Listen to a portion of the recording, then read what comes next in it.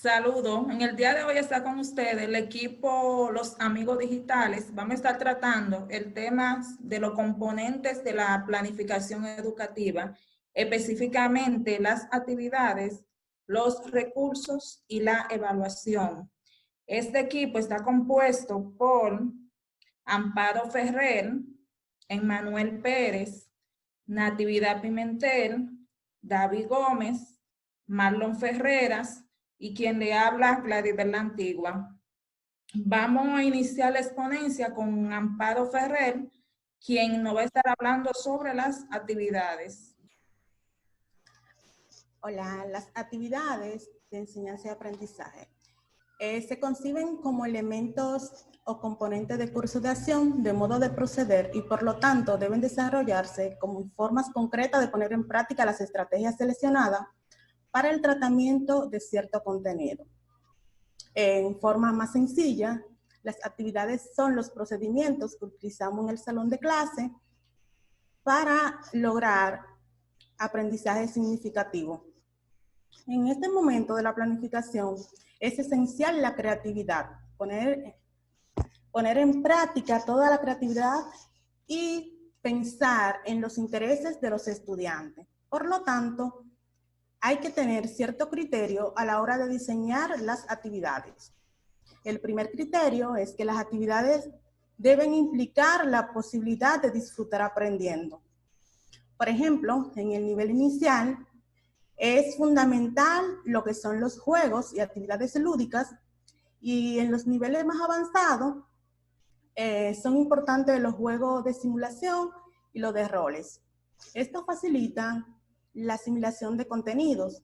Otro criterio a tomar en consideración es que las actividades deben promover el conocimiento del estudiante con el entorno. El estudiante debe familiarizarse con el entorno y así propiciar un sentimiento de seguridad. Ese sentimiento de seguridad debe de estar basado en el conocimiento de su espacio, de las normas, de la historia. Otro criterio a tomar en consideración es que las actividades han de permitir que el estudiante aprecie su grado inicial de competencia. Con esto es de gran importancia recuperar los saberes previos y así lograr que el estudiante se sitúe en qué proceso está de su propio aprendizaje. Otro criterio a tomar en cuenta es que las actividades han de adaptarse al ritmo de realización y aprendizaje propio de cada estudiante. Es de suma importancia aquí organizar el tiempo y los contenidos, de forma tal que todos aprendemos de forma diferente. Y si es necesario, también se puede organizar la misma actividad de forma diferente, dependiendo de la necesidad de cada estudiante. El próximo criterio a tomar en consideración es que las actividades han de permitir situar el tema desde situaciones y problemáticas del estudiante. El otro criterio a tomar en consideración es que las actividades que se proponen deben de presentar una coherencia interna y que el estudiante pueda apreciar esa coherencia al momento de realizar sus tareas, que sepa el lazo que hay entre una actividad y la otra. Y por último, las actividades de manera interrelacionada. Aquí tenemos que, en estas actividades, en este criterio, tenemos que organizar bien lo que son los conceptos, los procedimientos y las actitudes. Pues todo, ahora le voy a dejar con mi compañero Emmanuel, que le va a hablar acerca de los tipos y las fases de las actividades. Bien, el tema que me corresponde, como ya mencionó Paro, son los tipos y las fases de las actividades. En la metodología del proceso de enseñanza y aprendizaje se plantean las siguientes actividades. Las actividades de iniciación son las que producen o deben de producir el interés en los estudiantes en cuanto a la realidad que están aprendiendo. Una de las condiciones para que el aprendizaje sea significativo es que el alumno esté motivado para el aprendizaje, para lo cual es necesario partir de sus intereses y hacer estos atractivos. Algunas estrategias que podemos utilizar para las actividades de iniciación son la visualización de un video, el comentario de una noticia de prensa o la presentación de una problemática. También tenemos lo que son las actividades de desarrollo. Estas se van desarrollando a lo largo del tema. Se pretende manifestar el proceso de aprendizaje de los contenidos globales propuestos, cuya finalidad es desarrollar los distintos contenidos para alcanzar un objetivo y la adquisición de las competencias básicas. Las actividades de consolidación, como su nombre lo indican, son las que consolidan los conocimientos adquiridos. En estas actividades se reflejarán las conclusiones principales de los contenidos y se consolidan los contenidos conceptuales de la materia. Por lo tanto, se consiguen los objetivos didácticos. También tenemos las actividades de apoyo o refuerzo. Estas están destinadas a atender la diversidad, a las distintas capacidades e intereses y ritmos de aprendizaje. Partiendo de un diagnóstico previo de los alumnos, se pueden ir adecuando y valorando las actividades de aprendizaje. Tenemos las actividades de ampliación, que son las que permiten continuar construyendo conocimientos a los alumnos, que ya estos han ido realizando de manera satisfactoria de las actividades de desarrollo. Tenemos las actividades de evaluación, que tienen por objetivo la valoración del proceso de enseñanza del alumno a través de preguntas, ya sean orales o escritas, también de tareas o actividades trabajadas a lo largo de las distintas unidades. También están las actividades de recuperación, que son las que se programan para los alumnos que no hayan cumplido o no hayan alcanzado los objetivos propuestos. Las actividades complementarias son las actividades que se realizan en los centros educativos. Estas actividades se realizan durante el horario escolar y la finalidad es facilitar el aprendizaje de los contenidos o complementar lo que ya se ha aprendido. También tenemos las actividades extraescolares o extracurriculares, que son actividades que se realizan fuera del horario escolar y tienen la misma finalidad que las actividades complementarias. En cuanto a las fases de las actividades, se pueden dividir en tres, que son las actividades de inicio. En esto se evalúan los conocimientos previos que poseen los estudiantes y si sus respuestas no son satisfactorias, entonces se proceden a corregir o se buscan estrategias para que no entren en contradicción con los hechos reales. Tenemos las actividades de desarrollo, que en esta fase se introduce al alumnado a lo que son los conceptos y procedimientos de la enseñanza para dotarlo de determinadas competencias básicas. Para eso el profesor debe de combinar tanto la metodología expositiva como el análisis o de la proyecto construcción según el tipo de contenido que se vaya a trabajar en el aula. Y por último están las actividades de consolidación, que en esta última fase estarían dirigidas a la reelaboración y recapitulación de lo que ya se ha realizado, incidiendo en la comparación de mapas conceptuales de partida con los de llegada, así como en la evaluación del proceso seguido. Entonces, la siguiente parte, hablando de los recursos, tendremos a nuestra compañera Gladibel La Antigua. Gracias, Manuel. Como dice Manuel, le voy a hablar de los recursos, el componente de la planificación, los recursos. También conocido como recurso didáctico, material didáctico o auxiliares didácticos, que no son más que cualquier tipo de soporte material o tecnológico que facilita o propicia el proceso de enseñanza y aprendizaje. Es usado por los maestros como una forma de complementar o de hacer más eficientes sus labores. No existe un concepto estricto respecto a qué cosa es y qué no es un recurso didáctico, básicamente porque cualquier cosa puede serlo, siempre que cumpla con la función de facilitar el aprendizaje o de adaptarlo a las necesidades específicas de los alumnos. Por ejemplo, algunos recursos permitirán el aprendizaje significativos con alta participación del alumno, mientras que otros servirán más bien de soporte comunicativo al docente. Es fundamental que la elección de los recursos se realice atendiendo a la característica del proceso de enseñanza y aprendizaje y especialmente a la característica del contexto. También se recomienda usar recursos del entorno que reflejen la vinculación del centro educativo con la comunidad. Las funciones de los recursos básicamente es brindar orientación, sobre todo en temas y tópicos complejos.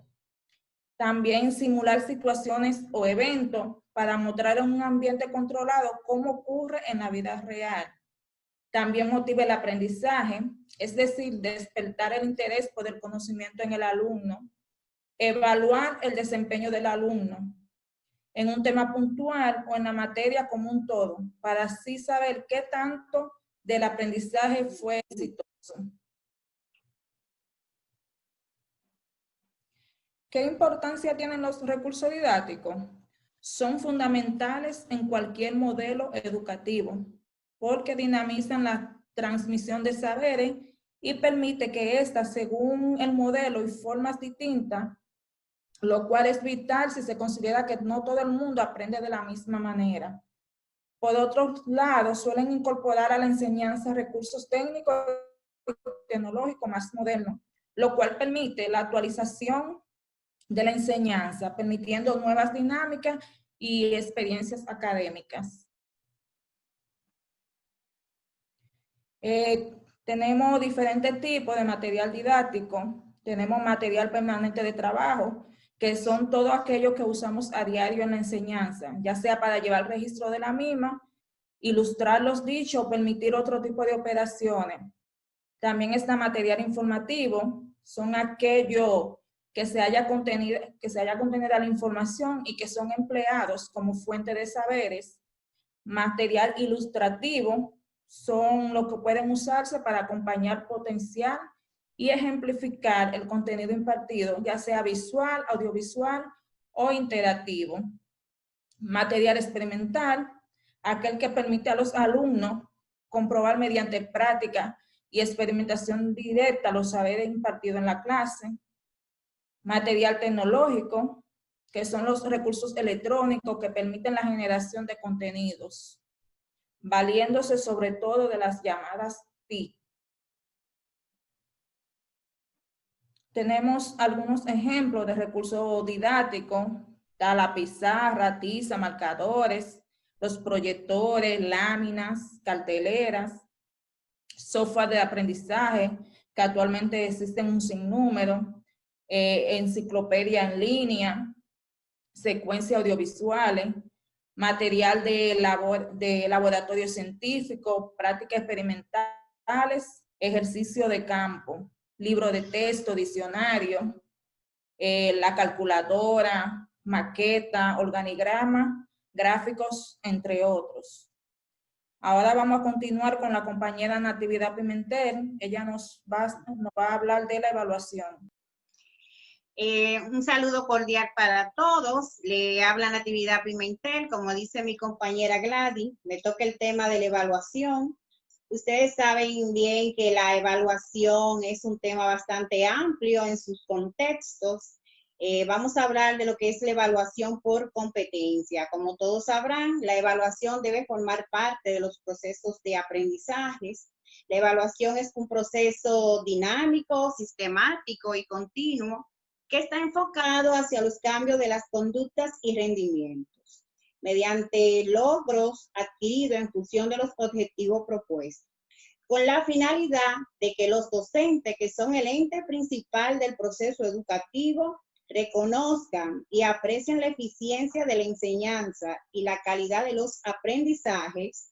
Es necesario partir de un enfoque integral de la evaluación, en el que tanto las pruebas estandarizadas externas como las evaluaciones que se realizan en el aula y la evaluación que se hace al sistema educativo en su conjunto deben estar totalmente integradas. Objetivo de la evaluación. El objetivo de la evaluación principal no es más que mejorar los aprendizajes de los estudiantes. Las decisiones que se tomen al reorientar el proceso educativo deben estar fundamentadas en la información que aportan dichas evaluaciones. La evaluación no es un fin en sí mismo, sino un medio para contribuir a la mejora educativa. Según la ordenanza 2015 del Ministerio de Educación, la cual está actualizada y validada por la educación pública y la educación privada, o sea, es tanto para la educación pública como la educación privada. A partir del año escolar 2015-2016, esta establece en su currículo de la educación dominicana la integración del constructivismo y el enfoque por competencia. El currículo por competencias requiere del trabajo responsable de nosotros, los maestros y los estudiantes, principalmente en el aula, que es donde se concreta este modelo formativo. Las competencias de los docentes deben enfocarse no solo en la forma de enseñar también, sino también en la forma de evaluar. Ellas van de las manos, tanto la competencia como la evaluación. La evaluación se interesa por las competencias logradas, pero también se interesa por las competencias que le faltan al estudiante. Ustedes como maestros sabemos que eso es así. La finalidad de la evaluación. La finalidad de la evaluación en este currículo es promover aprendizajes en función de las competencias fundamentales. Evaluar el desarrollo de las competencias supone, claro está, usar instrumentos y medios diversos que vayan acorde a las competencias que se pretenden evaluar y en contextos similares a las situaciones reales que vivirán los estudiantes. Características de la evaluación. La evaluación debe tener, como todo, un carácter intencional, sistemático y procesual. Debe estar contextualizada, es decir, referirse a problemas o situaciones reales. Debe ser continua, es decir, integrada en los procesos de cada ámbito y formando parte intrínseca de su dinámica. Tipos de evaluación. Ustedes saben que existen varios tipos de evaluación, ¿verdad que sí? Pero la que realmente llevamos a cabo en nuestros planteles escolares está la evaluación diagnóstica, que es aquella, como hemos dado en estos días los conocimientos previos, es aquella que tiene que ver con los conocimientos que tienen nuestros estudiantes al comienzo, antes de empezar. Está también la evaluación formativa, que es aquella que nos dice qué está aprendiendo nuestros estudiantes durante el proceso de la enseñanza. Está la evaluación sumativa, que es aquella que nos dice qué aprendió nuestros estudiantes al finalizar el año escolar. Seguimos. Propósito de la evaluación. La evaluación tiene un propósito, en términos general, de potenciar las capacidades de las personas, afianzar aciertos, corregir errores, reorientar y mejorar los procesos educativos. Ustedes saben que eso es lo que estamos llevando a cabo. Socializar los resultados, eso lo hacemos siempre en el aula.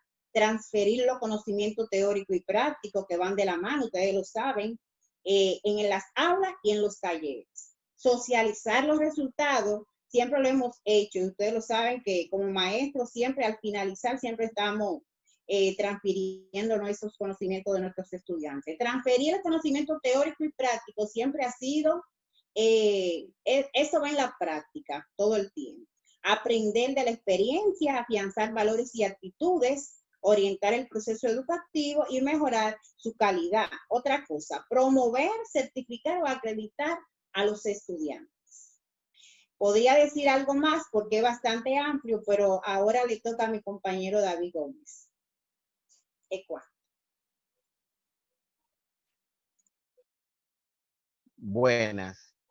Vamos a hablar ahora de los que son los criterios de evaluación por competencia. Cuando hablamos de criterios de evaluación nos referimos especialmente a esos aspectos importantes y relevantes que el docente debe tomar en cuenta a la hora de evaluar.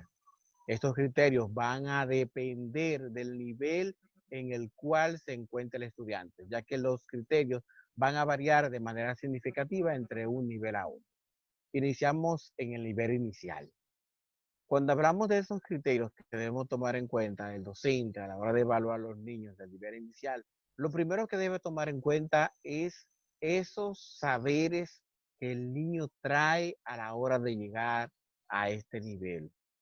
Recordemos que estos niños son niños de muy temprana edad, hasta los 6 años, que vienen con conocimiento, aunque limitado, pero con gran capacidad de aprendizaje.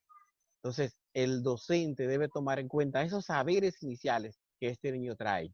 Debe tomar en cuenta las experiencias, debe tomar en cuenta las estrategias que ese estudiante utiliza para resolver las problemáticas. Debe tomar en cuenta cómo se involucra este niño en el trabajo que realiza. Otros aspectos que debe tomar en cuenta el docente es con relación al nivel básico. Ya cuando el niño empieza el nivel básico, que tiene 6 años, estos criterios varían. Ya aquí el niño empieza a construir dentro de sí su propia identidad. Empieza a construir sus propios saberes, empieza a desarrollar actitudes, empieza a expresarse y empieza a participar en la sociedad de forma democrática, que son aspectos fundamentales que el docente debe tomar en cuenta a la hora de evaluar a ese estudiante. Otros aspectos que se toman muy en consideración en el nivel básico o nivel primario son los trabajos individuales, la participación en equipo, que es fundamental, lo que es el aprendizaje colaborativo, las actitudes y destrezas, los resultados. Es decir, es donde se empieza a formar a ese estudiante de modo tal que él aprenda a formarse. Y el docente debe tomar cada uno de estos aspectos a la hora de evaluar. Ya en el nivel medio es donde el estudiante inicia sus primeros pasos para prepararse al mundo laboral. Del mismo modo, los criterios se van adaptando a la integración social de ese estudiante a ese mundo laboral. Es decir, aquí ya empiezan a tomarse en cuenta algunos aspectos más relevantes, como son la correspondencia con los propósitos del nivel, se toma en cuenta la relación entre la situación socioeconómica y cultural, se toma en cuenta el dominio de los contenidos y de las competencias. También en este nivel se toma en cuenta la reflexión, la forma crítica como el estudiante aborda las problemáticas y su capacidad para crear soluciones o propuestas de soluciones. También se toma muy en cuenta o se debe tomar en cuenta el cumplimiento de los requisitos establecidos. Se debe tomar en cuenta también del mismo modo el nivel de relación consigo mismo, cómo este estudiante se ve a sí mismo cómo se ve dentro del grupo y cómo se ve dentro de la comunidad. Y un aspecto fundamental que se toma en cuenta en este nivel es la asistencia a clase, ya que para este nivel es de mucha importancia cómo el estudiante tiene la participación activa en el aula. También vemos otro nivel que es el nivel de educación de adultos. Ya este nivel es un nivel especial. ¿Por qué? Porque se está tratando no con niños, sino con personas que en gran manera ya tienen una vida social, una ideología crítica formulada. Es decir, que para este nivel hay aspectos que se deben tomar en cuenta muy relativos, como son el cúmulo de experiencia vivida que posee cada una de esas personas. Ya no son niños que estamos formando desde el inicio, sino que son personas que vienen con una capacidad intuitiva, que llevan un conocimiento empírico que han acumulado durante mucho tiempo. Ya son personas que son maduras, pero que también algo que debemos tomar en cuenta a la hora de evaluar es que son personas que ya han sido insertadas a la sociedad y tienen compromisos sociales, compromisos familiares, compromisos políticos, compromisos religiosos. Es decir, que son personas que deben ser muy, pero muy tomadas en cuenta en cada uno de los aspectos, a diferencia de lo del nivel inicial, lo nivel primario y el nivel secundario. Otro aspecto que vamos a tomar en cuenta son los estudiantes de educación especial. Estos estudiantes, los cuales tienen condiciones especiales que no los hace ser diferentes, pero sí conllevan un trato diferente. Es decir, estos niños necesitan de una educación dirigida que sea capaz de transmitir a ellos las informaciones, los conocimientos según sus capacidades de aprendizaje. Es decir, en este momento se toma en cuenta el diagnóstico de sus potencialidades, es decir, hasta dónde ese niño puede llegar y de qué forma puede llegar. Otro aspecto es la evaluación que requiere, está determinado por un currículo en especial, específicamente para ellos. Otros aspectos que vamos a tomar en cuenta con relación a educación especial es que su ingreso a una institución para individuos, hay momentos determinados cuando ese niño de educación especial llega a un punto de escolaridad donde necesita la obligación de ser cambiado a una institución donde se conecte directamente con sus necesidades. Esos niños está preparado para que al llegar al punto donde ellos puedan llegar, sean dirigidos según sus capacidades. Hasta aquí esta parte y los dejo con el compañero Marlon Ferreira.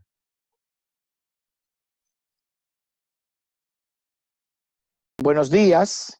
En este punto me corresponde hablar sobre los instrumentos de evaluación por competencias.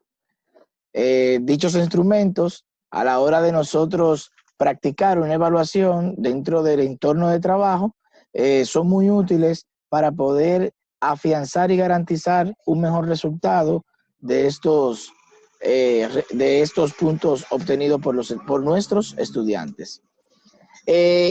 Ya mis compañeros le han abundado sobre qué es la evaluación, sus características, los criterios que existen de evaluación en los diferentes niveles que se presentan en la educación. Es momento de mostrarle cuáles son estos instrumentos que sirven para que esta evaluación sea más rigurosa, sea más fácil y sea más dócil, digámosle así, de poder implementarla en un aula o implementarla en un entorno de trabajo que estemos asignados. Pero antes de esto debemos saber cuál es la diferencia que existe entre calificación y evaluación. Por ejemplo, la calificación, esta se expresa mediante un código establecido, o sea, ya hay una estructura hecha y si el niño no llega a esa estructura o no concibe completar esa estructura, ya el resultado que obtenga de esa calificación es lo que basta y es como se dice, ya es la última palabra que queda sobre la evaluación del niño.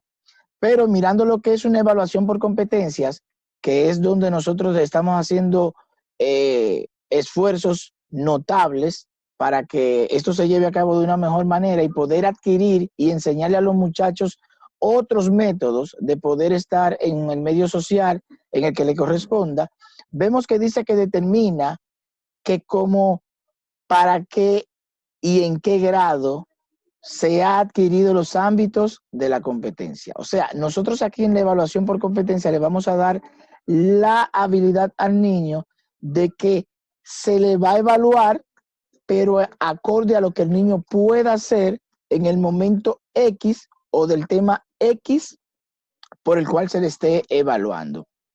Por esta razón, la evaluación deja de ser la medición de conocimientos. Ya de aquí él deja de hacer esta parte. Ya no podemos ver una evaluación en este punto para poder llevar a cabo esto. Tenemos que ver que la evaluación ahora tiene dos desempeños fundamentales, que son las competencias adquiridas a través de la formación de centros educativos y el desempeño profesional en el puesto del trabajo. O sea, es una guía evidenciar de lo que estamos haciendo. Entonces, cabe la pregunta: ¿qué instrumentos vamos a utilizar para llevar a cabo ese proceso? Existen muchos instrumentos que por razones de tiempo no vamos a ir enumerándolo de la manera adecuada ni definiéndolo, pero podemos ver en estos la entrevista focalizada, el diario de campo, las relaciones y exhibiciones, los mapas mentales, que muchos lo hemos usado ya, los cuestionarios de preguntas abiertas y cerradas, que también han sido muy usados, y hago hincapié en estos puntos que son sumamente importantes. La observación. Hoy en día es una de las más usadas porque se puede aplicar en cualquier momento y para cualquier contenido, sobre todo en los procesos de evaluación diagnóstica y formativa. En los centros de trabajos, hoy en día, en nuestros centros educativos, mejor dicho, este punto de evaluación es muy, muy usado, porque es una manera de nosotros tener información sobre lo que el niño va haciendo a cada momento del día y en cada momento de nuestra clase. O sea, es sumamente importante porque son muchos los aspectos que podemos evaluar por medio de este. Está la lista de cotejo, que es una lista de indicadores. Es un instrumento donde se detallan criterios de evaluación en el marco del desarrollo de una competencia. En esta, el maestro va registrando lo que observa según las categorías de la lista. Y la rúbrica o escala de valoración es una guía que intenta evaluar el funcionamiento de un alumno basado en suma de una gama completa de criterios más que una sola cuenta numérica. Aquí le muestro unos ejemplos principalmente de lo que es una lista de cotejos. Fíjense que aquí es una estructura que hay donde ya existe una lista de una lista de los nombres de nuestros estudiantes y esos aspectos que nosotros vamos a ir evaluando punto por punto, donde el muchacho podemos ver o el estudiante podemos ver si lo logra o no lo logra.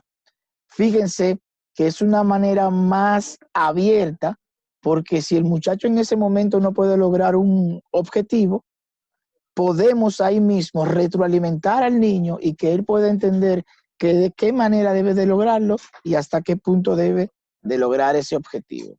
Y también podemos ver aquí un ejemplo de lo que es la rúbrica de exposición oral de un tema.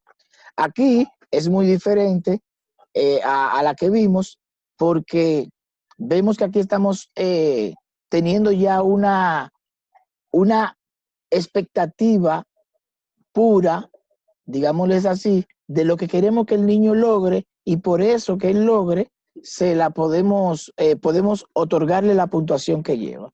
Este es un instrumento que es muy usado, incluso se le da al niño antes de que se le evalúe, para que el niño entienda qué debe de cumplir, hasta dónde debe de llegar y cómo debe de lograr lo que se requiere del niño.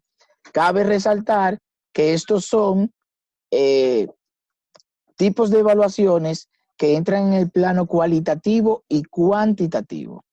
Hasta aquí ha sido nuestra exposición y lo dejo con mi compañera Gladiver, que tiene una última palabra para ustedes. Hasta aquí la exposición sobre los componentes de la planificación educativa. Recuerden que estuvimos hablando sobre las actividades que realizamos en el día a día del proceso de enseñanza y aprendizaje de nuestros estudiantes, los recursos didácticos, la evaluación por competencia de nuestros alumnos. Gracias por acompañarnos una vez más y recuerden que estuvo con ustedes los amigos digitales.